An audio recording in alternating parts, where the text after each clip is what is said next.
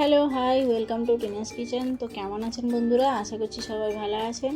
Tina's কিচেনে আপনাদের সবাইকে অনেক অনেক স্বাগত। তো চলুন বন্ধুরা, আজকে আপনাদের সঙ্গে একটা ছোট্ট কুকিং মিনি ব্লগের ভিডিও শেয়ার করে নিই। তো আজকে দিনটাকে একটু স্পেশাল বানানোর জন্য কিছু স্পেশাল ছোট ছোট রেসিপি বানিয়েছি, সেগুলো আপনাদের সঙ্গে শেয়ার করতে এসেছি। তো ভিডিওটি দেখতে থাকো আর রেসিপিগুলো দেখতে থাকো। যদি ভালো লাগে কমেন্ট করে জানিয়ে যেও।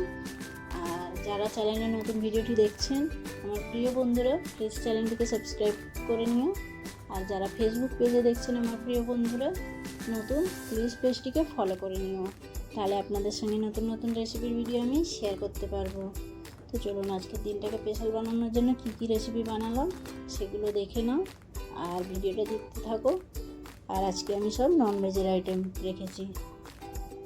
তো প্রথমে তো মাছটা ফ্রাই করে নিচ্ছি। এটা তেলাপিয়া মাছ বলেই আমি জানি। তোমাদের যদি অন্য কোনো নাম জানা থাকে কমেন্ট করে অবশ্যই জানিও। তো মাছ খাওয়ার লোক বেশি নেই, তাই জন্য এক পিসি মাছ ওটাকে বানাচ্ছি। তো এখানে একটা মাথাও নিয়েছি, মাথাটা দিয়েও একটা রেসিপি বানাবো। মাথা বলতে সিঙ্গেল পিসেস মাথা মাছের দোকানে বিক্রি হয় না, ওই পিসেস একটা কিনে এনেছিলাম, ওটা দিয়ে একটা রেসিপি বানাবো। তো প্রথমে তো মাছটা বানিয়ে নিচ্ছি। এটা আমি বানাবো তেলাপিয়া তেল ঝাল টাইপের, খুবই ভালো লাগে খেতে। একবার হলে ট্রাই করে দেখতে পারো রেসিপিটা দেখে। তো প্রথমে তেলের মধ্যে একটু হলদি দিয়ে দিলাম। হলদি দেওয়ার কারণ হচ্ছে যে এই যে মিক্সি করে রাখা মশলাগুলো আমরা যখন অ্যাড করি খুবই ছিটিয়ে চারিদিকে ছড়িয়ে যায়, গ্যাস দেয়াল খুবই নোংরা হয়। তো হলদিটা দিয়ে তারপরে মিক্সি করে রাখা মশলাগুলো দিলে ছিটাবে না। তোমরা একবার ট্রাই করে দেখতে পারো। তো এখানে আমি আদা রসুন পেঁয়াজ কাঁচা লঙ্কা ঝালের জন্য ওগুলো মিক্সি করে রেখেছিলাম, ওগুলো দিয়ে দিলাম। তারপরে কেটে রাখা টমেটো একটা দিলাম আর পরিমাণ মতো মশলা দিলাম। এখানে আমি কোনো রান্নাটাই বাইরের কোনো মশলা ইউজ করছি না, সবই বাড়িতে থাকা মশলা দিয়েই রান্নাগুলো কমপ্লিট করছি। ভিডিওটি দেখতে থাকো। তো মশলাগুলো বেশ ভালো করে কষিয়ে নিয়ে তার মধ্যে তেল ছেড়ে দিলে পরিমাণ মতো গ্রেভির জন্য জলটা দিয়ে দেবো। জলটা দিয়ে বেশ ভালো করে ফুটে গেলে মাছটা দিয়ে ফুটিয়ে নামিয়ে নেবো কাঁচা লঙ্কা দিয়ে। তোমাদের কাছে ধনেপাতা থাকলে ধনেপাতা অ্যাড করতে পারো, ভালো লাগে। তো এখানে মাছের তেল ঝালটা রেডি হয়ে গেছে। এবার আমি একটু ডিমের কারি বানাবো। যারা মাছ খায় না তাদের জন্য ডিমটা বানাতে হচ্ছে। তো এখানে আমি তেলের মধ্যে একটু গরম মশলা দিলাম গোটা, আর জিরে ফোড়ন, আর ওই হলদি দিলাম একটু, যাতে মশলা না ছিটিয়ে যায়। তো তারপরে আমি এখানে পেঁয়াজ বাটা, আদা রসুন বাটা আর ঝালের জন্য কাঁচা লঙ্কা বাটা দিচ্ছি। দিয়ে বেশ ভালো করে মশলাটা ফ্রাই মতো করে নেব। তারপরে এতে একটা টমেটো কেটে দেবো। টমেটোটা দিয়ে বেশ ভালো করে মিক্স করে নিয়ে তারপরে আমি এতে গুঁড়ো মশলা অ্যাড করব।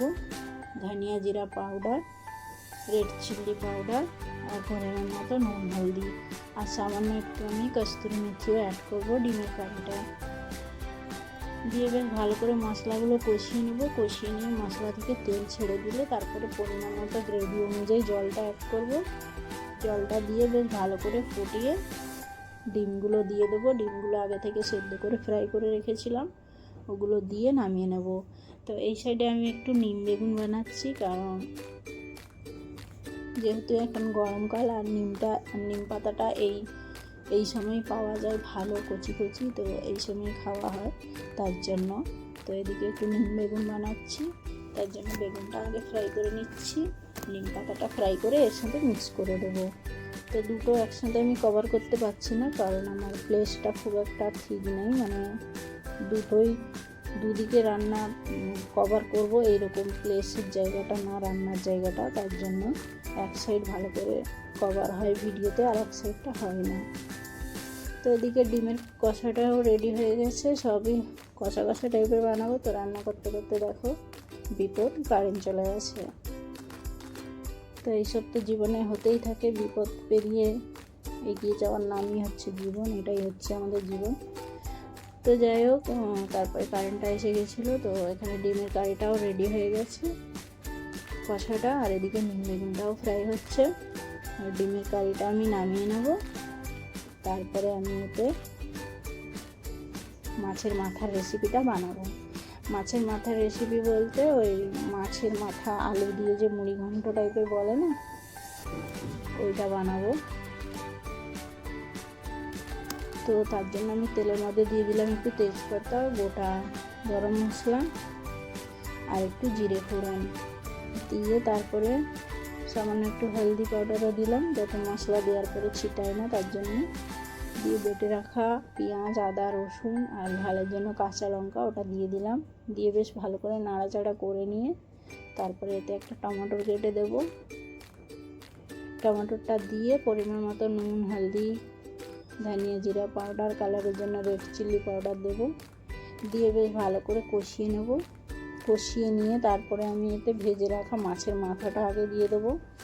মাছের মাথাটা দিয়ে বেশ ভালো করে কষিয়ে নিয়ে তারপরে আমি আগে থেকে আলুগুলো ভেজে রেখেছিলাম ওগুলো অ্যাড করব।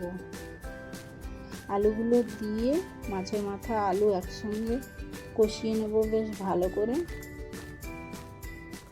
তারপরে পরিমাণ মতো জলটা দেব।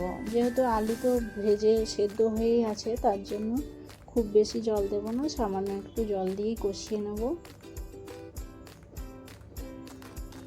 কষিয়ে নিয়ে তারপরে জল এড করবো। তো এখানে একটা ফোন এসে গেছিলো, ভিডিও করতে করতে যে বললাম বিপদ, সেই বিপদ পেরিয়ে এগিয়ে যাওয়ার নামই হচ্ছে জীবন। এটাই, ফোন এসে গেছিলো, তারপরে ক্যামেরাটা ফিট করেছি তো একটু উল্টো হয়ে গেছে, তার জন্য দুঃখিত। তো এখানে আলুটা দিয়ে কষিয়ে নিচ্ছি, আর এদিকে আমার নিম বেগুনটাও ফ্রাই হয়ে গেছে, এতে আমি ভেজে নিম পাতাটাও মিক্স করে দিয়েছি। তো আলুটাই জলটা দিয়ে সেদ্ধ হয়ে গেলে বেশ নামিয়ে নেবো। নামানোর আগে একটু ঘি, গরম মশলা দিয়ে দেবো। তো কেমন লাগলো আজকের ছোটো ছোটো রেসিপির ভিডিওগুলো কমেন্ট করে অবশ্যই জানিও। আর ভালো লাগলে একটু ভালোবাসা দিয়ে পাশে থাকবে। আর আজকের ভিডিওটা যদি ভালো লাগে একটু লাইক, কমেন্ট, শেয়ার করে দিয়ে যাবেন। সবাই ভালো থাকবেন, সুস্থ থাকবেন। আজকের মতো ভিডিওটা এখানেই শেষ করছি। টাটা।